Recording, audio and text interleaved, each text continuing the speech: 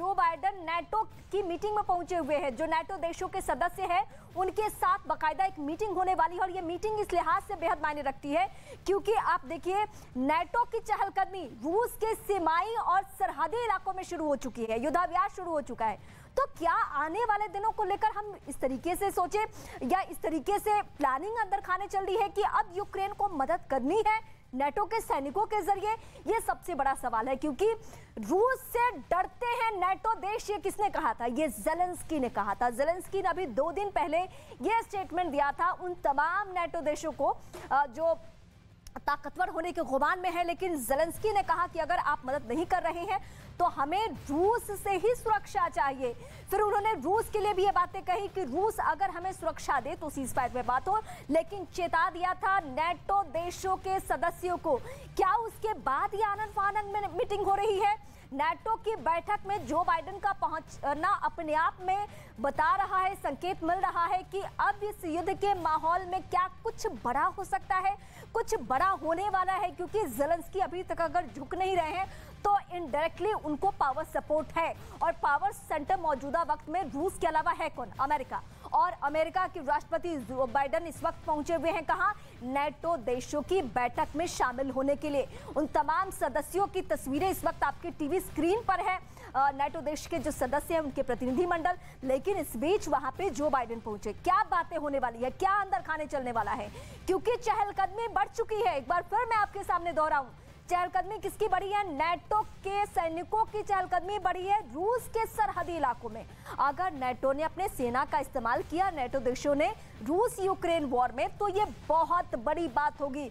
और जिस परमाणु हमले को लेकर हम आशंका जाहिर कर रहे हैं, हो सकता है कि आने वाले दिनों में इस लिहाज से भी कुछ बड़ी खबर निकलकर सामने आए। और इस वक्त ये टीवी स्क्रीन की तस्वीर देखिए, जो बाइडेन फिलहाल इस मीटिंग में पहुंच चुके हैं। हालांकि जब भी वो पहुंचते हैं मीटिंग में, जब मीडिया कर्मी उनसे बातचीत करते हैं तो रूस को लेकर, पुतिन को लेकर वो खुलकर बातें जरूर करते हैं। क्या आज भी वो कहने वाले हैं? क्या वो आज भी पुतिन को लेकर कुछ बड़ी बातें कहेंगे? क्योंकि इससे पहले उन्होंने 2 शब्द का इस्तेमाल किया था। एक बार तो हिटलर से तुलना की, तानाशाह करार दिया, और उसके बाद पुतिन के लिए क्या कहा? युद्ध अपराधी है पुतिन, ये कहा था जो बाइडेन ने। आज एक बार फिर से मीटिंग में पहुंचे हुए हैं, उन्हीं की तस्वीरें इस वक्त आपकी टीवी स्क्रीन पर है। और ये दुनिया के हवाले से एक्सक्लूसिव तस्वीर इस लिहाज से क्योंकि रूस यूक्रेन का युद्ध 29वें दिन, और 29वें दिन भी बात नहीं बनी है सीज़फायर पे। युद्ध के हालात में भारी तबाही यूक्रेन झेल रहा है। यूक्रेन के राष्ट्रपति ज़ेलेंस्की ने 2 टूक कह दिया अमेरिका की तरफ देखते हुए, नेटो देशों की तरफ देखते हुए कि आप सभी रूस से डरते हैं। ये एक देश के लिए नहीं बल्कि 29 देशों के लिए जो कि नेटो के सदस्य हैं, जिन्होंने द्वितीय विश्व युद्ध के बाद इसका गठन सिर्फ और सिर्फ इसलिए किया था कि अगर किसी देश पर हमला होता है तो ये देश मिलकर सपोर्ट करेंगे, ये सैन्य ताकत मुहैया कराएंगे। और यही होना था यूक्रेन के साथ। यूक्रेन के साथ क्या होना था? यूक्रेन को सदस्य बनना था नेटो का, क्योंकि बीते कुछ सालों में बहुत प्रभाव अपना बढ़ाने की कोशिश कर रहा था रूस, और रूसी समर्थक लोग यूक्रेन के अंदर भी है। बात यहीं से बिगड़ी और इस तरीके से बिगड़ी कि ज़ेलेंस्की रूस से करीब ना होते होते वो पश्चिमी देशों के प्रभाव में आते गए, और पश्चिमी देशों का प्रभाव इस तरीके से बढ़ा कि मौजूदा वक्त की तस्वीर देखिए, ये बात कहां तक आ चुकी है।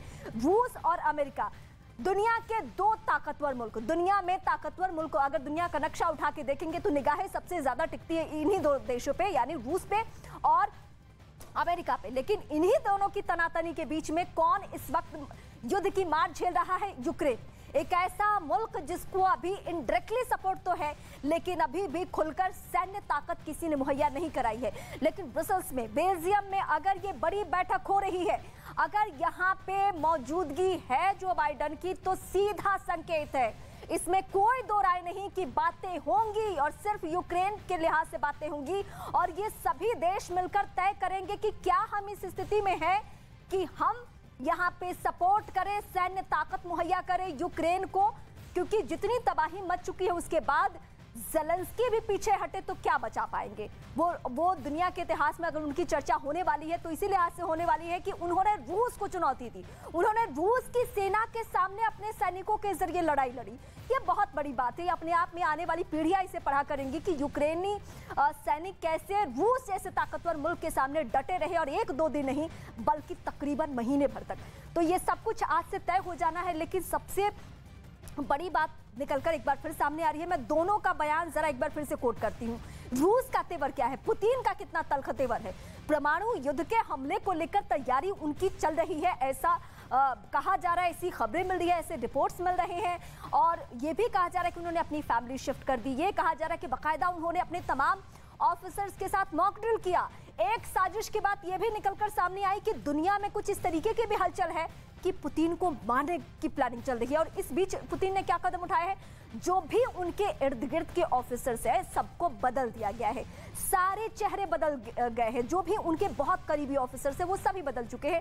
आज तो हालांकि उनके सलाहकार की भी छोड़ने की खबर निकलकर सामने आई। और इस वक्त हमारे सहयोगी नीरज हमारे साथ जुड़ चुके हैं। नीरज, दुनिया की निगाहें बेल्जियम पे है इस लिहाज से क्योंकि जो बाइडेन की मौजूदगी इस बड़ी बैठक में जो नाटो देशों के सदस्य मिलकर कर रहे हैं। बिल्कुल, नाटो के सदस्य देशों की बैठक है और इस बैठक में खुद अमेरिकी राष्ट्रपति जो बाइडेन की मौजूदगी, क्योंकि सबसे ताकतवर मुल्क अगर नाटो में कोई है तो वो अमेरिका है। और रूस की तरफ से लगातार यूक्रेन पर हमला किया जा रहा है, पिछले लगातार वो हमला जारी है पिछले महीने भर से।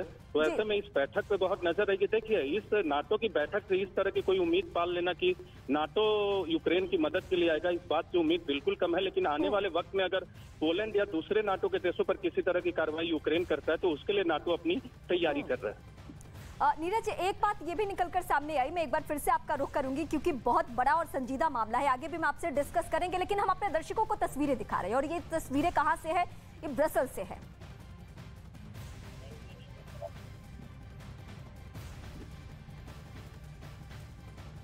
तो ये हम तस्वीरें इस वक्त आपको दिखा रहे हैं और जैसा कि हमारे सहयोगी नीरज भी बता रहे थे, और ये तस्वीरें बेहद खास है। खास इस लिहाज से है क्योंकि युद्ध से ही जुड़ा हुआ ये पूरा मामला है।